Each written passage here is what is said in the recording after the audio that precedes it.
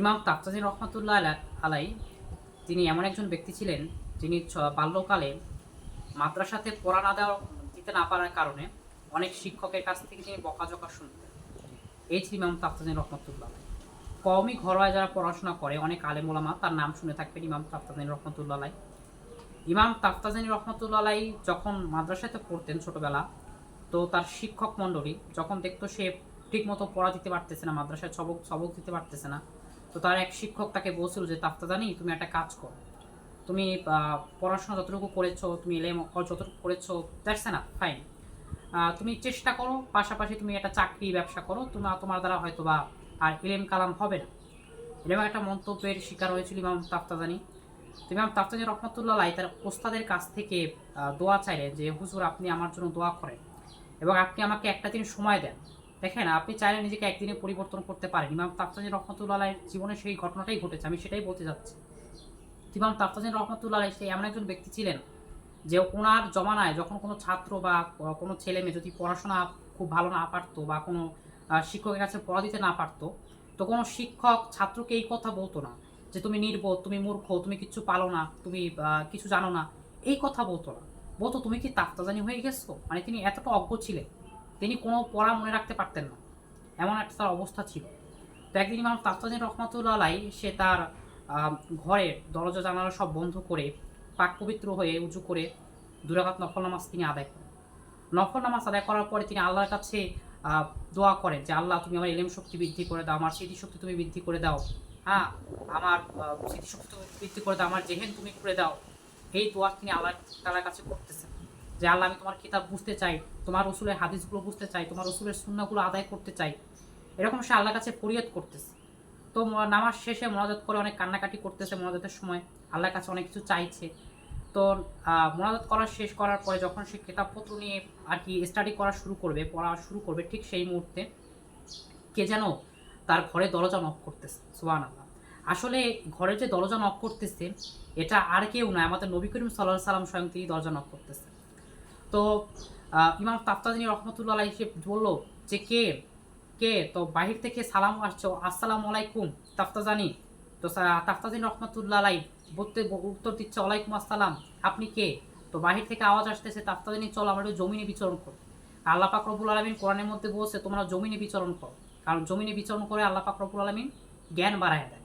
তো ইমাম তাফতাজিনী রহমতুল্লাহ আলাইহি সে বলতেছে না, আমি এখন কোথাও যাব না, আমি এখন পড়বো, হ্যাঁ, আমাকে এই কিতাবপত্র বুঝতে হবে, আমি একজন দিনের দায়ী হতে চাই, আমি আল্লাহর গোলাম হতে চাই, আমি আমার রসুল পাক সাল্লাল্লাহু আলাইহি সাল্লামের প্রিয় উম্মত হতে চাই, প্রিয় আশিক হতে চাই।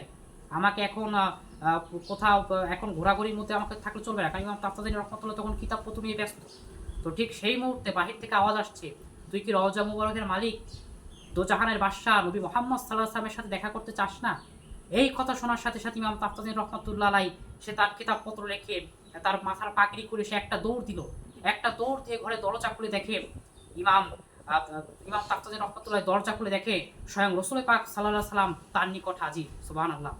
এই ঘটনা দেখার পরে এই দৃশ্য যখন ইমাম তাফতাজিনী রহমতুল্লাহ চোখের সামনে দেখলো, দেখার পরে ইমাম রসুল পাক সাল্লাল্লাহু আলাইহি সাল্লাম ইমাম তাফতাজিনী রহমতুল্লাহ আলাইহির সিনেমাবরকের সাথে তার সিনেমাবরক লাগালেন এবং নবী করিম সাল্লাল্লাহু আলাইহি সাল্লাম তাকে দোয়া করলো যে ইমাম তাফতাজানি, হে তাফতাজানি, তুই ভয় কেন পাচ্ছিস, তুই টেনশন কেন করছিস, তুই কেন প্রেশানি করতেছিস। আল্লাহ পাক রব্বুল আলামিন তোর উপর খুশি হয়ে গেছে, তোর ইলম শক্তি আল্লাহ তাআলা বৃদ্ধি করে দিছে, তোকে তোর উপর আল্লাহ খুশি হয়ে গেছে, আমি রাসূলুল্লাহ সাল্লাল্লাহু আলাইহি ওয়াসাল্লাম তোর প্রতি রাজি খুশি। হ্যাঁ, যা, তোকে আমি কবুল করা, তোকে আল্লাহ কবুল করে নিছে, তুই একজন দিনের বড় দায়ী হ, তোর জন্য তুই দিনের বড় দায়ী হ, তুই আমার একজন প্রিয় উম্মত হয়ে গেছো। এরকম অনেক রাসূল পাক সাল্লাল্লাহু আলাইহি ওয়াসাল্লাম তাকে দোয়া করে গেলেন। হ্যাঁ, তার সাথে রাসূল পাক সাল্লাল্লাহু আলাইহি ওয়াসাল্লামের সরাসরি দিদার হয়ে গেল। তো সুবহানাল্লাহ। তো পরবর্তী দিন যখন ইমাম তাফতাজিনী রহমতুল্লাহ যখন মাদ্রাসায় গেল, মাদ্রাসায় যাওয়ার পরে সকল ছাত্রছাত্রীরা বসা, তো ইমাম ফখরুদ্দিন রাজি রহমতুল্লাহ আলাই একজন বড় মাপের আলেম ছিলেন, যারা কওমি ঘরোয়া পড়েন তারা জানেন। ইমাম ফখরুদ্দিন রাজি রহমতুল্লাহ আলাই যখন তার ছাত্রছাত্রীদেরকে মানে তার ছাত্রদেরকে যখন প্রশ্ন করছে, হ্যাঁ, সবাইকে প্রশ্ন করছে, দুই একটা প্রশ্ন সবাই আটকে যাচ্ছে, কিন্তু ইমাম ইমাম ইমাম তাফতাজিনী রহমতুল্লাহ আলাই সে প্রশ্ন উত্তরগুলি দিয়েছে, যেটা ইমাম ফখরুদ্দিন রাজি রহমতুল্লাহ আলাই খুব অবাক হয়ে গিয়েছে।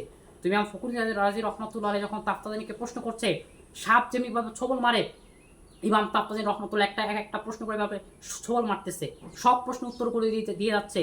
ইমাম ফখরুল রাজি রহমতুল্লাহ অবাক হয়ে গেছে। ইমাম ফখরুল রাজি রহমতুল্লাহ বলে, আমি যে প্রশ্নের উত্তরে আটকে যাচ্ছি সেই প্রশ্নের উত্তর তো তাফতাজানি দিয়ে যাচ্ছে।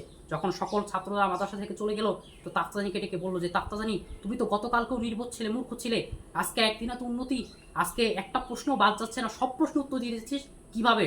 তো ইমাম তাফতাজানি রহমতুল্লাহ যখন সব ঘটনা করে বললো যে, হুজুর, আমার নসিব আমার নসিব খুলে গিয়েছে, হ্যাঁ, আমার যখন সব ঘটনা খুলে পড়লো, ইমাম ফখরুল রহমতুল্লাহ করে শুনলো যে ইমাম তাফতাজানি রহমতুল্লাহের সাথে রসুল পাক সাল্লাহ সাল্লামের স্বয়ং দিদার হয়ে গেছে।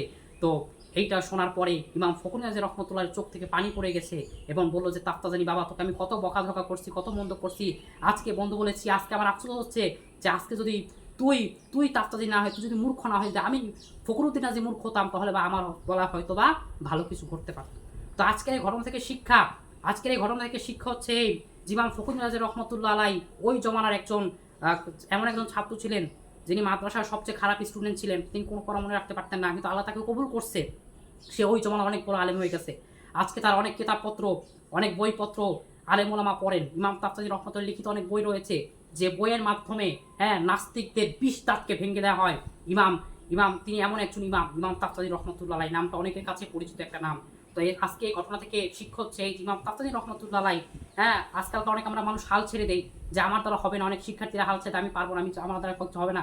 কিন্তু ইমাম তাফতাজানি রহমতুল্লাহ আলাই যাকে অজ্ঞ বলতো, যাকে নিয়ে মানুষ হাসি ঠাট্টা করতো, আজকে সেই ইমাম তাফতাজানি রহমতুল্লাহ আলাইকে সারা বিশ্বের মানুষ মনে রাখতেছে। অতএব ইমাম তাফতাজানি রহমতুল্লাহ আলাই, এই ঘটনাটা আমি বললাম এই কারণে যে তিনি সময়, শ্রম, মেধাকে কাজে লাগিয়েছেন। অতএব বলা হচ্ছে যে মেধাবী হওয়ার চেয়েও পরিশ্রমী হওয়াটা খুব বেশি জরুরি। কারণ বিষয়টা হচ্ছে যে কোনো একজন ব্যক্তি বলছে যে আমি অনেক মেধাবীকে ছিটকে পড়তে দেখেছি, কিন্তু সত্যি করতে যারা পরিশ্রমী তাদেরকে আমি কখনো ছিটকে পড়তে দেখি নাই। অতএব আজকের বিষয়টা হচ্ছে আপনি আপনার সময়, শ্রম, মেধাকে কাজে লাগান, সৃষ্টিকর্তার কাছে চান, ইনশাল্লাহ আপনিও ভালো কিছু পাবেন। ধন্যবাদ সবাইকে। আসসালামু আলাইকুম।